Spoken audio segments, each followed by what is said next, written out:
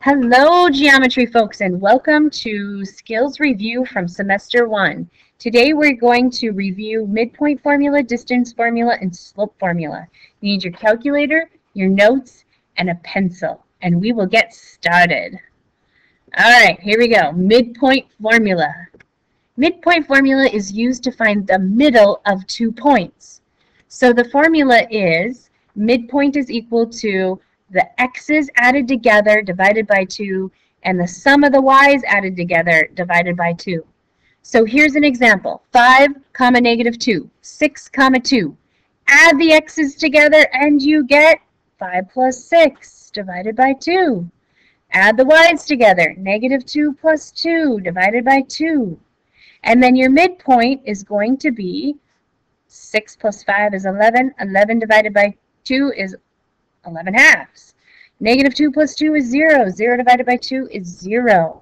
The midpoint will be 11 halves, comma 0. All right, let's do the distance formula. The distance formula is found because we want to find the distance between 2 points, or the length between 2 points. So what we do is we use this formula. The distance formula is the difference between the x's squared plus the difference of the y's squared. Okay, so here's my example.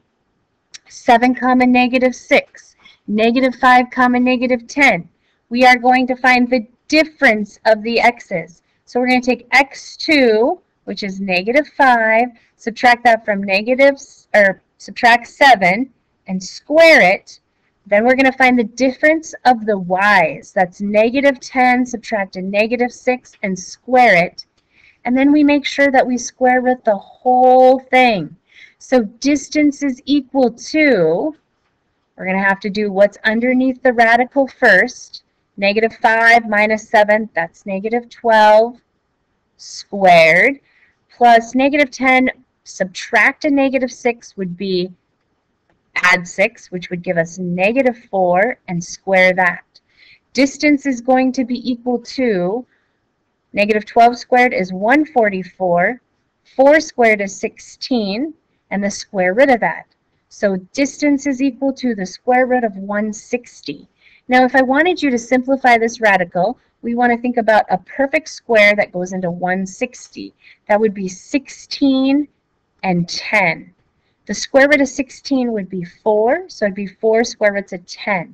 Now, if I wanted it in decimal form, you could just go ahead and put the square root of 160 into your calculator, and you would get approximately 12.65. So know how to simplify the radical and find the decimal answer. All right, now we're going to talk about the slope formula. Slope is used to find how the lines are slanted, or, the steepness of the line. So it's rise over run. We use that to determine if things are parallel, perpendicular, or neither. We're doing some parallelograms, so we need parallel lines.